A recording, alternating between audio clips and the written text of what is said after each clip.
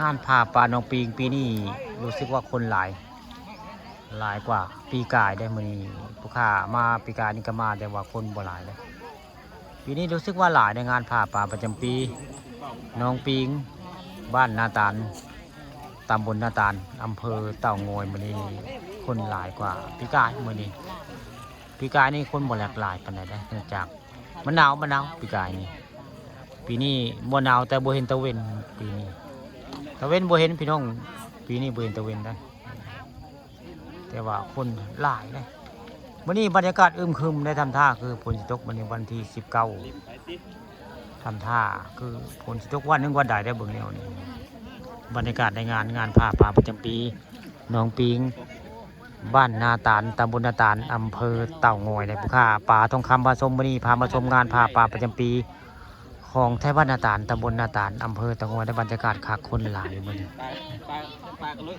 ไทยซ่อนก็มีได้ไทยติ๊กเฮแซ่มองก็ครบวงจรมื้อนี้คนก็หลายพอสมควรอยู่ได้ไทยฮือกันมากระเซกน้ำก็ยังบริเล็กยาได้มันยังบ่เบิดเป็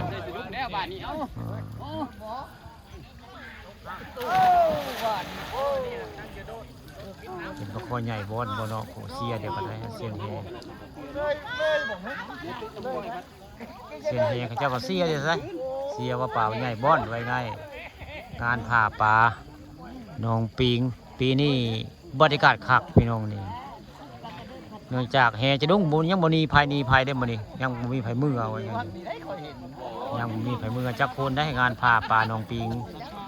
บ้านนาตาลตำบลนาตาลอำเภอเต่างอยมื้อนี้ผู้ค้าปลาทองคำมาชมมื้อนี้มาเป็นตากล้องถ่ายภาพในงานผ่าปลาประจำปีของ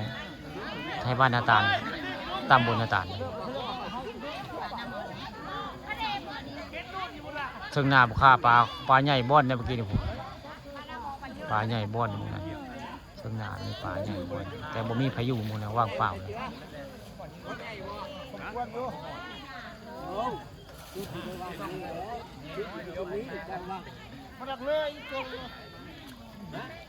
เชียงใหม่ข้าเจ้าก็มีห่างไปของมันได้ไปบ่มีห่างก็คือกันนี่คือมันกระเทินว่าเพียงกี่เฮพี่น้องว่านเฮก็สิยากกว่านั้น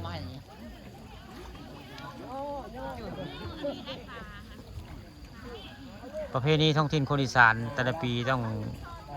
ฆ่าปลาน้องนั่นน้องนี่พี่น้องบนน้องนั่นกับน้องนี่ในตำบลนาตาลอำเภอเต่างอยพระเจ้าผ้าน้องใดพระเจ้าสิโทรหากันได้สิบอกกันว่าผ้าน้องนั่นน้องนี่ได้ต้องบอกกันว่าผ้าน้องนั่นน้องนี่ก็โชว์บอกกันว่าผ้าปลามองใดสิหูโดยทางโทรศัพท์พระเจ้าโทรบอกงานผ่าปลามื้อนี้ก็คือเป็นงานผ่าปลาของน้องปิงบ้านนาตาลตำบลนาตาลอำเภอเต่างอยนะบรรยากาศคักมื้อนี้คนหลาย